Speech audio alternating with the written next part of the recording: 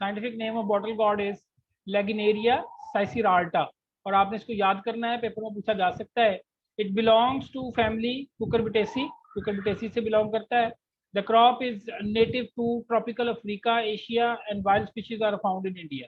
इसका centre of origin जो है वो कहता है कि इसको आमतौर पे अफ्रीका है, लेकिन कुछ ट्रॉपिकल कंट्रीज या ट्रॉपिकल एरियाज ऑफ एशिया उसमें भी ये पाया जाता है, जबकि कुछ वाइल्ड रिलेटिव्स इसके इंडिया में भी पाए गए हैं। मतलब कि ये सारे ही हैं, अफ्रीका एशिया, ये दोनों इसमें कॉन्टिनेंट्स आ जाते हैं, इंडिया भी एशिया का हिस्सा है। The bottle like shape of the fruit and its use as a container for wine and spirits in the past gave it the common name of bottle gourd। कहता है कि इसमें ये जो इसका फ्रूट होता है, जो इसका फल होता है, मैं यहाँ पे थोड़ा सा अगर ड्रा करने की कोशिश करूँ तो बॉटल गॉर्ड में इसकी जो शक्ल होती है वो थोड़ी सी इस तरह की दिखती है। और ये आमतौर पे इसके ये जब फ्रूट मैच्योर हो जाता है, कुछ बच्चों के अभी भी माइक्रोफोन ऑन है, जिशान अली म्यूट करो अपने आप को। हर बार मुझे क्लास में ये बताना पड़ेगा कि आपने अपने आप को म्यूट रखना है। अच्छा, इसमें बॉटल गॉर्ड में ये इसका जो फ्रूट होता है जब ये मिच्योर हो जाता है तो बिल्कुल सख्त हो जाता है, और सख्त होकर अंदर से खोखला होता है, इसकी बाहर वाली जो लेयर होती है बिल्कुल सख्त होती है। तो आमतौर पर पुराने जमाने में इसको एक बर्तन के तौर पे इस्तेमाल किया जाता था, जिसके अंदर पानी वगैरह भर के इस्तेमाल कर सकते थे, किचन यूटेंसिल के तौर पे, वाइन्स वगैरह के लिए, उसने कहा शराब के लिए। वो आप चाइनीज वो पुरानी देखें ना उनकी फिल्में वगैरह, तो उसमें उनके पास जो वो बर्तन है जो उसने पकड़ा होता है वो अमूमन इस तरह का बॉटल गॉर्ड ही है जो मुरझाया होता है, और वो बेसिकली मेच्योर बॉटल गॉर्ड है जिसको वो इस्तेमाल कर रहा है। ठीक है, तो बॉटल गॉर्ड दूसरा क्या है कि इंडिया में ये आमतौर पे जादू में बड़ा इस्तेमाल होता था ये वाला फ्रूट बॉटल गॉर्ड जो है, और जादू में इसको एक रूहों के कैद करने के लिए एज अ कंटेनर इसको माना जाता था। और ये यहाँ पे लिखा हुआ है इसने कि it is use for wine and spirits, spirits मतलब रूहें। तो उनके लिए वो उनका सोचना ये था कि इस फ्रूट में हम रूहें कैद कर सकते हैं, और इसलिए उसका नाम उन्होंने बॉटल गॉर्ड रखा कि ये बोतल है हर चीज को कैद करने के लिए।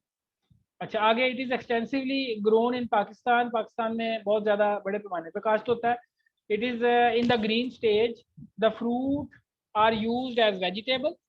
ग्रीन स्टेज पर तो फ्रूट जो होता है वो एज अ वेजिटेबल इस्तेमाल होता है, ऑल्सो फॉर स्वीट मीट्स, मिठास पैदा करने के लिए, उसके लिए भी इस्तेमाल, हलवा बनाने के लिए इस्तेमाल इस्तेमाल होता है। The hard shell of the fruit has many uses. इसका सख्त जो ये खौल वाला फ्रूट का छिलका है, ये बड़े इस्तेमाल आते हैं इसके। कौन कौन से हैं? एज वाटरिंग जग, पानी इस्तेमाल डालने के लिए इस्तेमाल हो सकता है। डोमेस्टिक यूटेंसिल में इस्तेमाल हो सकता है। फॉर म्यूजिकल इंस्ट्रूमेंट्स, ये खोखला होता है अंदर से, इसके ऊपर तारें बांध के इससे वो एक साज बनता था इस वाले फ्रूट से, इसके ऊपर है तार लगा देते थे इसके ऊपर, और ये अंदर से खोखला होता है तो इसमें से आवाज निकलती थी। तो ये एज अ म्यूजिकल इंस्ट्रूमेंट भी इस्तेमाल होता है, पुराने जमाने में बकसरत इस्तेमाल होता था। And floats as a fishing net, और ये पानी पे तैरता है क्योंकि अंदर से खोखला होता है, इसलिए ये जो जाल मछलियों को बनाते हैं, जाल मछली पकड़ने के लिए, उसमें भी इसको ऊपर बांध दिया जाता है जाल के। तो जाल जो है वो जमीन में डूबता नहीं है पानी में, वो ऊपर ऐसे तैरता रहेगा पानी के, ये इनकी वजह से। ठीक है, वो जाल इनसे बांधा होगा और वो जाल पानी के अंदर होगा, वो मछलियां पकड़ने के काम आता है। अच्छा, the pulp young stem and leaves have medicinal value. बाकी इसके कहता गुद्दे की और तने की और पत्तों की जो है वो बहुत मेडिसिनल वैल्यू है, दवाइयों वगैरह में इस्तेमाल होता है मुख्तलिफ। उसके बाद फिर आगे क्लाइमेट, क्लाइमेट में क्या है कि the bottle gourd is a summer crop, ये एक समर क्रॉप है, गर्मियों की फसल है। It can withstand cold somewhat better than other cucurbits, ये थोड़ी हार्डी है, कोरा भी कुछ हद तक, कोरा तो वह खैर नहीं बर्दाश्त करती, ठंडक कुछ हद तक बर्दाश्त कर लेती है, but it can not tolerate frost, कोरा बर्दाश्त नहीं करती। Most varieties are season specific, season के लिहाज से लगती हैं। And so different varieties are recommended for summer and for rainy season, इसलिए मुख्तलिफ वराइटियाँ जो है वो रिकमेंडेड होती हैं अर्ली सीजन के लिए, लेट सीजन के लिए। अच्छा, सॉइल रिक्वायरमेंट वो वैसी है जैसे हम पहले पढ़ के आए हैं, वो आप स्पॉन्ज गोल्ड वाली इसमें लिख सकते हैं। पीएच जो है वो तकरीबन 6 to 7 पीएच जो है इस पे इसको लगाया जाता है। मेन्योर एंड फर्टिलाइजर की बात करें तो bottle gourd is a shallow rooted crop, इसकी जड़ें ज़्यादा गहरी नहीं होती, ऊपर ऊपर ही रहती हैं।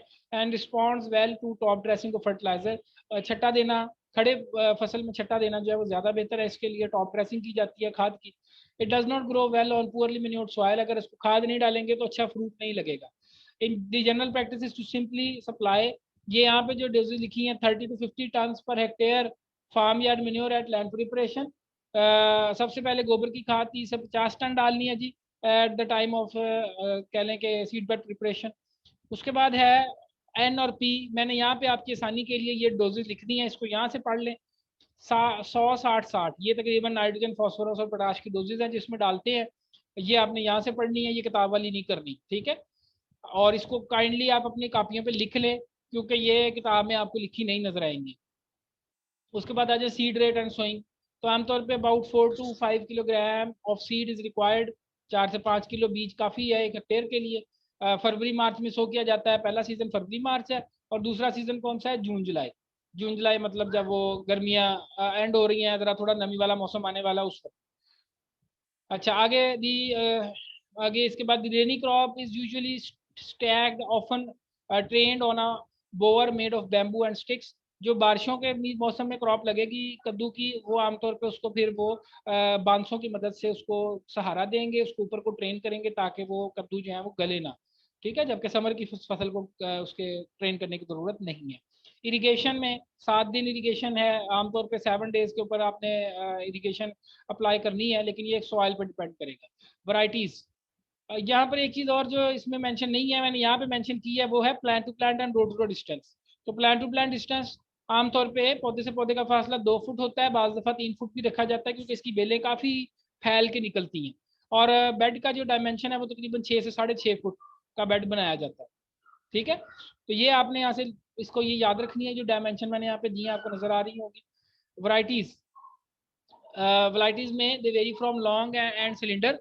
इसकी 2 तरह की वैरायटियाँ होती हैं। कुछ लंबे किस्म के कद्दू हैं, वो आप अक्सर बाजार में भी देखते हैं कि कद्दू की 2 किस्में हैं। एक ऐसे लंबा सारा ऐसे कद्दू होता है और जिसको लौकी भी कहते हैं, और एक कद्दू ऐसे बॉटल की शक्ल का होता है।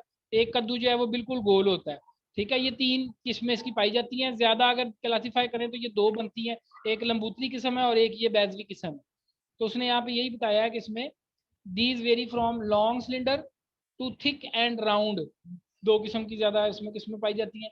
Early local has local cultivars, आमतौर पे कहता है each locality has local cultivar. आम हर इलाके के अपने कुछ लोकल कल्टीवार हैं, लेकिन आपने कुछ के याद रखने हैं। वो कौन से हैं?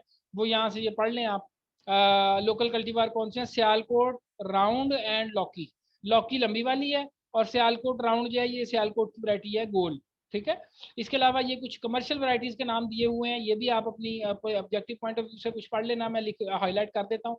समर प्रोलिफिक लॉन्ग एक ये, और समर प्रोलिफिक राउंड, एक लंबी वाली वैरायटी है, एक राउंड वाली वैरायटी है, ठीक है। और इस तरह एक वाटर फ्लावर गोल्ड, ये 3 वैरायटियां आपने इसकी भी पढ़ लेनी है, ये भी याद कर लेनी है। आखिरी चीज जो है वो है हार्वेस्टिंग। तो हार्वेस्टिंग में the fruit should be harvested when it is still tender. इसको आमतौर पे इमेच्योर स्टेज पे खाया जाता है कद्दू को, और जब आप बाजार से भी लेने जाते हैं आप देखते हैं कि वो कद्दू हम वो वाले पिक करते हैं जो ज़्यादा पके ना हो। तो उसको इमेच्योर स्टेज पे हार्वेस्ट करें, separating it from the plant by cutting the stem with a knife. इसकी जो ये डंडी होती है जिससे पौधे से जुड़ा होता है, ये बहुत सख्त होती है, इसको आप हाथ से वैसे नहीं तोड़ सकते। तो आमतौर पे इसको फिर वो चाकू की मदद से काटना पड़ता है। एवरेज यील्ड जो है वो कितनी है? तकरीबन 10 से 15 टन पर hectare. That is average yield of the bottle guard.